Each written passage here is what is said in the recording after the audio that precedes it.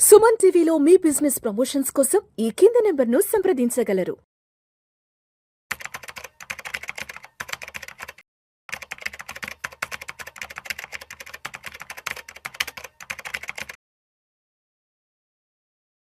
నమస్తే, welcome to weekend market outlook. నేను విష్ణు, ప్రస్తుతంతో పాటు certified financial planner and certified wealth manager Madhavi Reddy గారు ఉన్నారు. వారితో మాట్లాడదాం. నమస్తే మాధవిరెడ్డి గారు. నమస్తే అండి. మాధవిరెడ్డి గారు, welcome to weekend market outlook. Yes, ఒక్కసారి ఇవాళ మార్కెట్ క్లోజింగ్ ఎక్కడో చూద్దాం. 6th ఫిబ్రవరి ఫ్రైడే వీకెండ్. ఇవాళ సెన్సెక్స్ విషయానికి వస్తే 266 పాయింట్ల లాభంతో 83,580 వద్ద క్లోజ్ అయింది. నిఫ్టీ విషయానికి వస్తే 50 పాయింట్ల లాభంతో 25,693 వద్ద క్లోజ్ అయింది. బ్యాంక్ నిఫ్టీ విషయానికి వస్తే 56 పాయింట్ల లాభంతో 60,120 వద్ద క్లోజ్ అయింది. సో మొత్తానికి 6th ఫిబ్రవరి ఫ్రైడే నాడు మార్కెట్లు అయితే మాత్రం పాజిటివ్ గానే క్లోజ్ అయ్యాయి. అండ్ చెప్పాలంటే ఇవాళ మార్కెట్ ఆల్మోస్ట్ ఒక 650 పాయింట్స్ డే లో వెళ్ళడం కూడా జరిగింది. చాలా వాలటైల్ గా ఉండింది. బట్ సాయంత్రం అంటే మార్కెట్ ఇంకా లాస్ట్ 1 అవర్ వచ్చింది. సో మాధవిరెడ్డి గారు, ఎటువంటి రీజన్స్ ఉన్నాయి ఇవాళ వీకెండ్ మార్కెట్లు కాస్త పాజిటివ్ ర్యాలీలోనే ముందుకు రావడం జరిగింది? సో మనం ఈ ఒక్క రోజు కాకుండా మనం జస్ట్ ఈ వీక్ అంతా కూడా ఇన్వెస్టర్స్ అందరికి రోలర్ కోస్ట్ ఒకటైతే జరిగిందండి.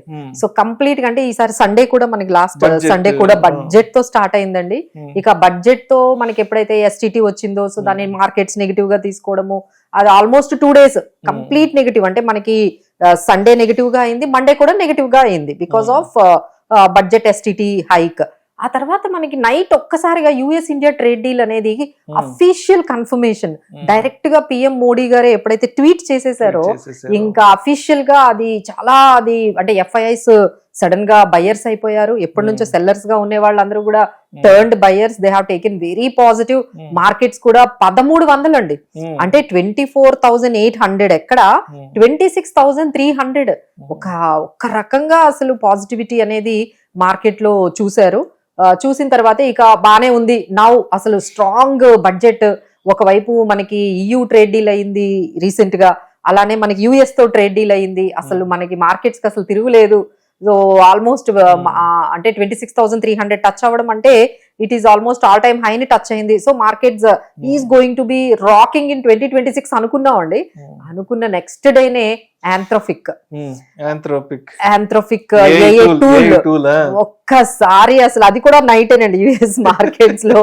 ఆ ఆనందం కొన్ని రోజులు అంటే 2 రోజులేనండి. అంటే యుఎస్ ట్రేడ్ డీల్ గురించి మనం 1 year గురించి రోజు డిస్కషన్, ఇంకా ఎందుకు అవ్వట్లేదు, ఇంకా కంప్లీట్ అవ్వట్లేదు, అది కంప్లీట్ అయితే బాగుండు, ఏదైనా వస్తే. కానీ బాగా వచ్చిందండి. అంటే 18% ఈజ్ వెరీ కాంపిటేటివ్. మనం అందరం ఏమనుకున్నామంటే 20%, 25% అక్కడికైనా వస్తే positive my take good, but they have made it to 18%, which is very competitive. Asia మనకి ఏషియన్ కంట్రీస్ తో మనం కంపేర్ చేసుకుంటే we have taken very good. వాళ్ళందరూ 19, 20, 30% లో ఉంటే మనకి 18% వచ్చింది. అసలు వెరీ కాంపిటేటివ్. మన వాళ్ళు అసలు బాగా టేస్ట్ చేస్తున్నట్టు ఇమ్మీడియట్ గా ఆంథ్రోపిక్ ఏఏ టూల్ క్లాడ్ అనేది ప్లగ్ఇన్స్ మేము ఒక 11 ప్లగ్ఇన్స్ తీసుకొచ్చాము. ఇక దీని వల్ల ఒక 1 year, 5 years లో అసలు డేటాకు సంబంధించిన ఎలాంటి జాబ్స్ అంటే ఎంట్రీ లెవెల్ జాబ్స్ అసలు మార్కెట్ నుంచే మనకి కనిపించవు. తర్వాత సేల్స్ గానీ, మార్కెటింగ్ లో గానీ, డేటా అనలిటిక్స్ లో గానీ హ్యూమన్ ఇంటర్వెన్షన్ లేకుండా మనకి అంతా కూడా ఈ tools will do the job perfect గా. జాబ్ అనేది ఈ ఏఏ టూల్స్ అనేవి తీసుకుంటాయి. సో మనం ఎక్కువగా అంటే ఇండియా నుంచి మనకి ఎక్కువగా కూడా ఈ సర్వీసెస్ ఎక్కువ ఇస్తామండి యుఎస్ కి. ఐదర్ లీగల్ కి సంబంధించిన sales, services, marketing, data analytics, వీటికి మనం ఎక్కువగా సపోర్ట్ ఇస్తూ ఉంటాం. మరి మన కంపెనీలు ఏమైపోవాలి అంటే ఇక్కడ ముగ్గురికి చాలా ఒక రకమైన కన్ఫ్యూజన్. ఫస్ట్ కన్ఫ్యూజన్ ఎవరికంటే ఇన్వెస్టర్లు కండి.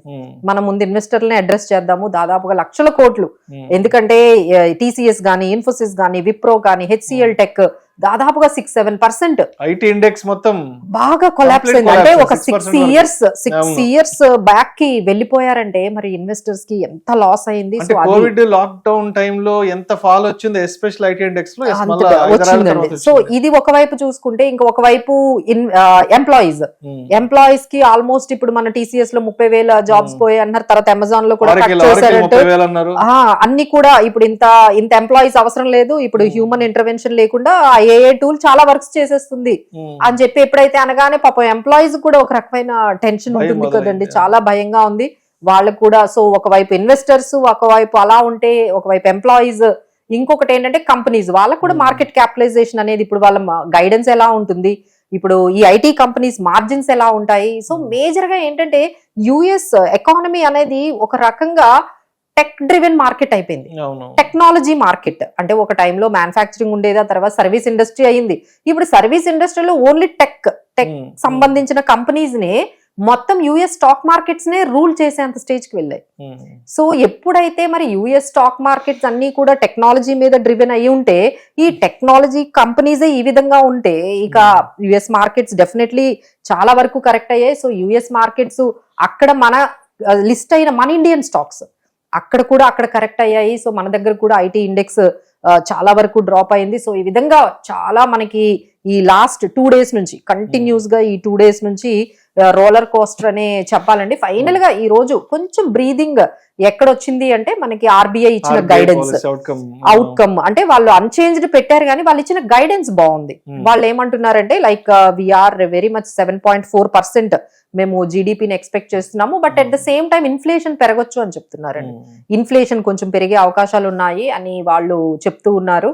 అదే మనకి ఫిజికల్ ప్రుడెన్స్ కూడా బానే ఉంది. మేమంతా కూడా గమనిస్తున్నాము ఈ గ్లోబల్ ట్రెండ్స్ ని కానీ, లేకపోతే ఇప్పుడు వచ్చిన టెక్, లేకపోతే మెటల్స్ లో వచ్చిన ఈ హ్యూజ్ వాల్టిలిటీని మేమంతా కూడా గమనిస్తున్నామని చెప్తూ ఒక రకమైన పాజిటివిటీ, అంటే యుఎస్ ట్రేడ్ డీల్ వల్ల మనకి ఫ్యూచర్ లో అంటే 26-7 లో మనకి చాలా వరకు బాగుంటుంది. Maybe 26 this is the time to transformation. అంటే మనం చేసుకున్న ఈ డీల్స్ అన్ని ఒకసారి ఒక పర్టికులర్ గా ప్రాక్టికల్ గా కన్వర్ట్ అవ్వడానికి టైం పడుతుందండి. ఇప్పుడు ఏవైతే మనం ఎక్స్పోర్ట్స్ ఓరియంటెడ్ బడ్జెట్ లో ఏవైతే చెప్పుకున్నామో అది ఐదర్ మ్యానుఫ్యాక్చరింగ్ కానీ, లేకపోతే ఈ ఎక్స్పోర్ట్ ఓరియంటెడ్ బిజినెసెస్ గురించి కానీ ఏవైతే వాళ్ళు ముందుకు తీసుకెళ్లారో వాటి దగ్గర నుంచి అవుట్కమ్ రావడానికి మనకు టైం పడుతుంది.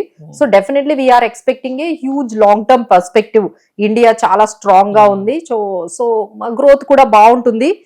Need to be very positive. అందరూ కూడా మన ఇండియా వైపే చూస్తున్నారు. అన్ని కంట్రీస్ కూడా మన ఇండియాని చాలా పాజిటివ్ గా తీసుకొని మనతో యుఎస్ డీల్ చేసుకుంది, ఈ యూరోపియన్ యూనియన్ కూడా డీల్ చేసుకుంది. సో ఇలా పాజిటివ్ గా చెప్పారంటే అక్కడతో కొంచెం మార్కెట్స్ కొంచెం బ్రీదింగ్ అనేది వచ్చింది. So this is roller coaster week అని మనం చెప్పొచ్చు. అండ్ అదే విధంగా నిఫ్టీ ఎక్కడ support and resistance? Yeah so ఇక్కడ మనకి నిఫ్టీ ఏంటంటే 25,000 దగ్గర కొంచెం మంచి సపోర్ట్ ఉందండి. సో మీరు చెప్పిన దాని ప్రకారం ఇప్పుడైతే మార్కెట్ లో నిఫ్టీ 25,800 అయితే బ్రేక్ అయిపోయింది. That is a very good support. అది ఆ 25,800 ఎప్పుడైతే బ్రేక్ అయిందో మనకి నెక్స్ట్ సపోర్ట్ అయితే 25,500 అనేది మనకి నెక్స్ట్ సపోర్ట్ లా మనకు కనిపిస్తుంది. బట్ ఓవరాల్ గా మనం ఇంకా నెగిటివ్ గా చూసుకుంటే 25,000, 26,000 ఈ మధ్యలో ఒక లాంగర్ పర్స్పెక్టివ్ చూసుకుంటే నిఫ్టీకి 25,000, 26,000 మధ్యలో మార్కెట్స్ ఈ హ్యూజ్ వాల్టిలిటీలో కనిపించవచ్చు. ఒక షార్ట్ టర్మ్ ట్రెండ్ మనం చూసుకున్నట్లయితే 25,500, 26,000 ఈ 500 పాయింట్స్ లో మనకి మార్కెట్స్ వెళ్లే అవకాశాలు ఉన్నాయండి. But there are certain positive results అయితే మంచి కొన్ని కంపెనీస్ అయితే, అంటే ఈ రోజు కొంచెం పాజిటివ్ అవ్వడానికి కూడా ఇప్పుడు వచ్చిన ఈ ఎర్నింగ్స్, అంటే లాస్ట్ 2-3 days నుంచి వచ్చిన కొన్ని కార్పొరేట్ ఎర్నింగ్స్ చాలా బాగున్నాయండి. సో దానివల్ల మనం కొంచెం ఈ రోజు పాజిటివ్ గా వెళ్ళామని మనం చెప్పొచ్చు. సో ఏవైతే కార్పొరేట్ రిజల్ట్స్ వచ్చాయో లాస్ట్ వీక్ వచ్చిన కార్పొరేట్ రిజల్ట్స్ అయితే కొంచెం మార్కెట్ ని కొంచెం పాజిటివ్ గా స్ట్రాంగ్ గా తీసుకెళ్లాయని చెప్పొచ్చు. అందులో Airtel has given very good results. అలానే టాటా మోటార్స్, ఎల్ఐసి అండి, ఎల్ఐసి బాగా సర్ప్రైజ్ చేసింది, మంచి రిజల్ట్స్ వచ్చాయి. అలానే నైకా, హిటాచి, తర్వాత మనకి యూపీఎల్, ఎలంబిక్ ఫార్మా, పీవీఆర్ ఇలాంటివి కొన్ని స్ట్రాంగ్ రిజల్ట్స్ రావడంతో మార్కెట్స్ కొంచెం పాజిటివ్ గానే మనం తీసుకొచ్చాయి. సో ఫైనల్ గా మనం ఇప్పుడు స్టాక్స్ అండ్ సెక్టార్స్ అనేది మనం చూసుకున్నట్లయితే మనకి మళ్ళీ ఇరాన్ యుఎస్ మధ్య ఏదైనా డీల్ జరగబోతోంది, కొంచెం రిస్క్ అనేది తగ్గబోతుంది. సో వాళ్ళకి ఒమాన్ లో ఒక న్యూక్లియర్ మీద మీటింగ్ ఉందండి. సో అది కానీ పాజిటివ్ గా టర్న్ అవుట్ అయినట్లయితే కొంచెం మళ్ళీ ఈ ఆయిల్ ఏదైతే ఉందో అది $66 దగ్గర ఉన్నట్లయితే ఆయిల్ మార్కెటింగ్ కంపెనీస్ కంటకి కూడా కొంచెం పాజిటివ్ గా అని చెప్తున్నారు. అలానే మెటల్స్ కూడా బాగా తగ్గాయి కాబట్టి కొంచెం మెటల్ స్టాక్స్ అనేవి తీసుకోవచ్చు. ఇలానే ఆర్బీఐ కొంచెం ఈ రోజు ఇచ్చిన ఈ దీని వల్ల మనకు కొంచెం ఆర్బీఐ అంటే పిఎస్యు బ్యాంక్స్ కూడా మనం పాజిటివ్ గా అండి. సో ఇంకో గుడ్ న్యూస్ ఏంటంటే NSE is coming with an IPO. So ఈ ఎక్స్చేంజ్ బేస్డ్ కంపెనీస్ ఏదైతే స్టాక్ ఎక్స్చేంజ్ బేస్డ్ కంపెనీస్ ఎప్పుడైతే ఒక ఐపీఓ వచ్చిందో ఆ పర్టికులర్ సెక్టార్ లో ఉన్న బిగ్గెస్ట్ కంపెనీస్ అన్నిటికీ కూడా కొంచెం పాజిటివిటీ అనేది వస్తుందండి. సో ఇలా స్టాక్ ఎక్స్చేంజ్ కంపెనీస్ కానీ, ఆయిల్ మార్కెటింగ్ కంపెనీస్ కానీ, మెటల్స్ కానీ, ఆర్ఎల్స్, సమ్ పిఎస్యు బ్యాంక్స్ ని మనం కొంచెం ఎక్స్పోర్ట్ ఓరియంటెడ్ కంపెనీస్ ని కూడా కొంచెం రాడార్ లో పెట్టుకోవచ్చు. సో అయితే మాధవరెడ్డి గారు, ఇప్పుడు లాస్ట్ బడ్జెట్ అయిపోయింది. బడ్జెట్ లో చాలా చాలా రంగాలకు పెద్ద ఎత్తున బడ్జెట్ కేటాయింపులు జరిగాయి. అండ్ ఆ తర్వాత భారత్ అమెరికాకి సంబంధించిన డీల్ కూడా ఆల్మోస్ట్ షురూ అయిపోయింది. తర్వాత EU డీల్ కూడా ఆల్మోస్ట్ అంతా అది కూడా పట్టాలెక్కింది. కాబట్టి ఎస్, ఇప్పటి నుంచి ఒక 1 year వరకు కానీ, లేదంటే ఇప్పటి నుంచి ఒక 5 years వరకు, లేదంటే ఒక 3 years వరకు ఒక లాంగ్ టర్మ్ ఇన్వెస్ట్మెంట్ చేసుకోవాలి అంటే మనటి బడ్జెట్ కేటాయింపులను దృష్టిలో పెట్టుకొని, అదేవిధంగా భారత్ అమెరికా వాణిజ్య ఒప్పందాన్ని దృష్టిలో పెట్టుకొని, అదేవిధంగా EU డీల్ కూడా మనం దృష్టిలో పెట్టుకొని ఇన్వెస్ట్ చేసుకోవాలి ఒక 3 to 4 years కి, లేదంటే ఒక 1 year లాంగ్ టర్మ్ కనుకుంటే కొంత ఫేవర్ గా ఉన్న సెక్టర్స్ ఆ స్టాక్స్ ఏమంటారు? సో వెరీ గుడ్ క్వశ్చన్ అండి. సో అందరూ కూడా ఇప్పుడు మొత్తం మనకి 3 areas, అంటే ఒకవైపు బడ్జెట్ లో ఎక్కడ చూసినా ఎక్స్పోర్ట్ ఎక్స్పోర్ట్ ఎక్స్పోర్ట్ అనే వర్డ్ చాలా యూజ్ చేశారు. అలానే EU డీల్ అంతా కూడా, EU డీల్ లో కూడా మేము FTA అంటున్నారు, అంటే ఫ్రీ ట్రేడ్ అగ్రిమెంట్ చేసుకున్నాము. సో ఇండియా నుంచి ఎక్స్పోర్ట్స్ ఏవైతే వెళ్తూ ఉన్నాయో వాటి మీద ఎటువంటి టారిఫ్స్ ఉండవు అని వాళ్ళు కూడా ఎక్స్పోర్ట్స్ ని బాగా ఎంకరేజ్ చేశారు. ఇక US డీల్ లో కూడా మనకి కొన్ని ఎక్స్పోర్ట్స్ ఏవైతే ఉన్నాయో వాటిని కూడా FTA లోకి తీసుకొచ్చారు. సో ఈ మొత్తం అంతా కూడా ఈ డీల్స్ గానీ, లేకపోతే ఈ బడ్జెట్ గానీ మనకు ఒక్క థీమే చెప్తుందండి, దట్ ఈస్ ఎక్స్పోర్ట్స్. సో ఈ ఎక్స్పోర్ట్స్ థీమ్ మీద అయితే మనం కొన్ని స్టాక్స్ అయితే, సెక్టార్స్ అయితే చూడొచ్చు, especially textiles, export oriented stocks. ఎందుకంటే బడ్జెట్ లో ఈ మొత్తం అంతా గమనించింది ఏంటంటే, ఎక్కడైతే లేబర్ ఇంటెన్సివ్, అంటే ఎక్కువ ఎవరినైతే వర్క్ ఫోర్స్ ఇన్వాల్వ్ ఉంటుందో వాటినే బాగా కూడా దాన్ని ఎంకరేజ్ చెయ్యాలి. ఎందుకంటే మన దగ్గర అన్ఎంప్లాయ్మెంట్ ఎక్కువ ఉందండి. So there is lot of jobs are need to be created. ఈ క్రియేషన్ ఎక్కడ జరుగుతుంది అంటే టెక్స్టైల్స్ లో బాగా లేబర్ ఇంటెన్సివ్ ఉంటుందండి. సో ఇక్కడ మనకి గోకుల్దాస్ ఎక్స్పోర్ట్స్ గానీ, Pearl Global and KPR mills, Vardhaman, అలానే ష్రింప్ ఎక్స్పోర్ట్స్ అంటారు. ష్రింప్ అంటే మన సీ ఫుడ్ కి సంబంధించింది. సో అవంతి ఫీడ్స్ అనేది మనం తీసుకోవచ్చు. అలానే ఆటో కాంపోనెంట్స్ అంటే టాటా మోటార్స్ గానీ, సోనా BWA, కళ్యాణీస్ స్టీల్, ఇలాంటి కొన్ని మనం ఎక్స్పోర్ట్. తర్వాత వాళ్ళు మనకి కెమికల్స్ గురించి కూడా మాట్లాడారు. సో నవీన్ ఫ్లోరెన్ ఒకటి, PI industries, SRF, Tata chemicals, UPL ఇలాంటివి చెప్పారండి. ఆ తర్వాత మనకి ఎక్స్పోర్ట్ ఓరియంటెడ్ కొన్ని స్టాక్స్ కూడా ఉన్నాయండి. క్యూమెన్ ఇండియా, థెర్మెక్స్, పాలీక్యాబ్, అలానే KEI industries, gems and jewellery గురించి కూడా వాళ్ళు మాట్లాడారు. అక్కడ కూడా చాలా లేబర్ అనేది యూసేజ్ అనేది ఉంటుంది. అందులో మనకి మేజర్ గా Titan and Rajesh exports. So ఈ విధంగా ఏంటంటే ఈసారి థీమ్ అంతా కూడా ఎక్స్పోర్ట్ ఓరియంటెడ్ మనం పెట్టుకుంటే, ఎందుకంటే నెక్స్ట్ EU డీల్స్ గానీ, లేకపోతే US డీల్స్ గానీ జరుగుతున్నప్పుడు ఈ పర్టికులర్ సెక్టార్స్ కి ఐదర్ మనకి ఈ టెక్స్టైల్స్ కానీ, లేకపోతే ఈ పర్టికులర్ ష్రింప్ ఫుడ్స్ కి సంబంధించినవి, ఆ తర్వాత మనకి జెమ్స్ అండ్ జ్యువెలరీ, లెదర్ కి సంబంధించినవి, ఇట్లా కెమికల్స్, వీటి మీదే కొంచెం అంతా కూడా ఫోకస్ ఉంటుంది. కాబట్టి ఈ కంపెనీస్ ఏవైతే ఉన్నాయో అవి డెఫినెట్లీ ఫ్లరిష్ అవుతాయి. సో వాటి మీద కొంచెం మనము కాన్సన్ట్రేట్ చేసి, ఇవన్నీ కూడా మనం ఎక్కువగా పోర్ట్ఫోలియో పెట్టుకోం. మనం ఎక్కువగా ఎలాంటివి పెట్టుకుంటాము, ఈ IT కంపెనీస్, బ్యాంకింగ్, ఫార్మా, ఇవే పెట్టుకుంటాం. ఈసారి ఒక థీమ్ కూడా పెట్టుకోవాలండి మనం. ఎక్స్పోర్ట్స్ థీమ్ అనేది ఒకటి మన పోర్ట్ఫోలియోలో. మేడం, ఎక్స్పోర్ట్స్ థీమ్ ని నెక్స్ట్ 5 years స్ట్రాంగ్ చేయాలి. కాబట్టి ఈవెన్ కంటైనర్స్ కూడా మనమే ఓన్ గా మ్యానుఫ్యాక్చర్ చేసుకుని ప్రిపేర్ చేసాం. సో మన కంటైనర్స్ ద్వారా విదేశాలకు ఎక్స్పోర్ట్ చేయాలంటే కూడా కంటైనర్స్ కోసం కూడా చాలా కాన్సంట్రేషన్ చేశారు. సో ఈ విధంగా మనం ఎక్స్పోర్ట్ ఓరియంటెడ్ స్టాక్స్ అని మన పోర్ట్ఫోలియోలో పెట్టుకున్న తప్పలేదండి. సో ఇందులో ఏవైతే స్ట్రాంగ్, ఇప్పుడు కొన్ని ఫైనాన్షియల్స్ మన Q3 ఎర్నింగ్స్ లో కూడా ఏవైతే corporate results, export oriented companies లో ఏవైతే స్ట్రాంగ్ రిజల్ట్స్ వచ్చాయో వాటిని డెఫినెట్ గా మనము పోర్ట్ఫోలియోలో యాడ్ చేసుకోవాలి. నెక్స్ట్ 1 to 3 years మీరు చెప్పినట్టుగా ఒక 5 years వరకు కూడా ఈ స్టాక్స్ ని హోల్డ్ చేస్తే బాగుంటుంది. అండ్ అదేవిధంగా మాధవరెడ్డి గారు, ఈ వీక్ అంతా కూడా మార్కెట్ రోలర్ కోస్టర్ రైడర్ లాగానే ముగిసింది. కాబట్టి నెక్స్ట్ మండే నాటికి మార్కెట్ ఎలా ఉండొచ్చు? ఎందుకంటే ఈ వీక్ అంతా కూడా బడ్జెట్ కి సంబంధించిన తర్వాత ఈ trade deals, EU deals, Bharat America deals, తర్వాత వీకెండ్ లో ఆంథ్రోపిక్ ఒకటి భయం పుట్టించింది.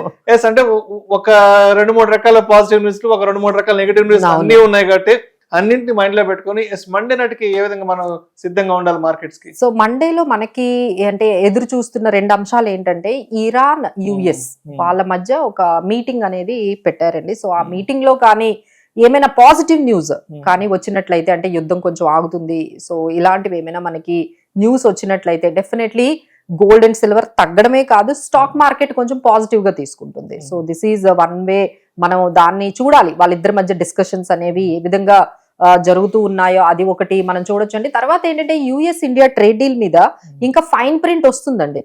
ఇంకా దాని గురించి డిస్కషన్స్ జరుగుతున్నాయి. అలానే మనం పార్లమెంట్ లో కూడా చూసాం మిక్స్డ్ వ్యూస్ వచ్చాయి ఈ యుఎస్ ఇండియా ట్రేడ్ డీల్ మీద. మనం ఇప్పుడు కొత్తగా ఇప్పుడు యుఎస్ నుంచి బై చేయాలంటున్నారు. ఆయిల్ అంతా కూడా మనము రష్యా నుంచి బై చేసే వాళ్ళం, ఇప్పుడంతా కూడా యుఎస్ నుంచి ఆయిల్ ని బై చేయాలి ఖచ్చితంగా. అప్పుడే ఈ డీల్ అయిందని వాళ్ళు కూడా డిక్లేర్ చేశారు. అంటే ఇండియా వాళ్ళు రష్యా నుంచి ఆయిల్ బై చేయరు, ఇక యుఎస్ నుంచే బై చేయాలి అంటున్నారు. సో వాళ్ళు మనకి రష్యా వాళ్ళు ఇచ్చినంత డిస్కౌంట్ ఉండకపోవచ్చు, అలానే రష్యాతో మనము పెట్టుకునేటప్పుడు మనం ఈ ఇండియన్ రూపీస్ లో బై చేసేవాళ్ళం. ఇప్పుడు ఆ అడ్వాంటేజ్ కూడా పోతుంది కదండి. సో ఈ యుఎస్ ఇండియా ట్రేడ్ డీల్ మీద మనకి ఎన్ని అడ్వాంటేజ్, ఇప్పుడు వాళ్ళు ఒక కండిషన్ కూడా పెట్టారు, ఎవ్రీ ఇయర్ $100 బిలియన్ యుఎస్ నుంచి మనం తెచ్చుకోవాలి. వాళ్ళ ఇంపోర్ట్స్ అన్ని మన ఇండియాకి వస్తున్నాయండి. So it is not about only మనం ఎక్స్పోర్ట్స్ చేయడం అని కాదు కదా, వాళ్ళవి కూడా మన ఇండియాకి వస్తున్నాయి. ఏ సెక్టార్స్ మీద ఇంపాక్ట్ పడబోతోంది, వాళ్ళు తెచ్చిన ఈ ఇంపోర్ట్స్ అన్ని కూడా సర్వీస్ ఓరియంటెడ్ ఉంటాయా లేకపోతే గూడ్స్ ఉంటాయా, ఏ సెక్టార్స్ మీద. ఇప్పుడు చీప్ గా కార్లు యూకే నుంచి వచ్చేస్తున్నాయి, బిఎండబ్ల్యూలు ఆడీలు అన్ని కూడా మనకి అక్కడ నుంచి వస్తున్నాయి, యుఎస్ నుంచి కూడా ఇప్పుడు అన్ని వస్తూ ఉంటాయి మన దగ్గరికి. సో ఈ మన ఇండస్ట్రీస్ ని ఏ విధంగా మనం కాపాడుకోగలుగుతాం అనేది కూడా కొంచెం వీటి మీద కొంచెం జాగ్రత్తగా ఈ కీన్ అబ్జర్వేషన్స్ మనకి మేబీ నెక్స్ట్ వీక్ మీద మనకి వస్తాయండి. సో ఈ అబ్జర్వేషన్స్ చూసుకుంటూ మనము మార్కెట్ లో పాజిటివ్ గా ఉంటూనే వెళ్ళడం అనేది బెటర్ అండి. Right. Thank you so much Madhu Reddy గారు. గత వారం అంతా మార్కెట్ లో ఏం జరిగింది అండ్ రాబోయే వారం మార్కెట్ లో ఏ విధంగా ఉండబోతున్నాయి దాని గురించి చాలా చక్కగా తెలియదు. Thank you so much Madhu Reddy గారు.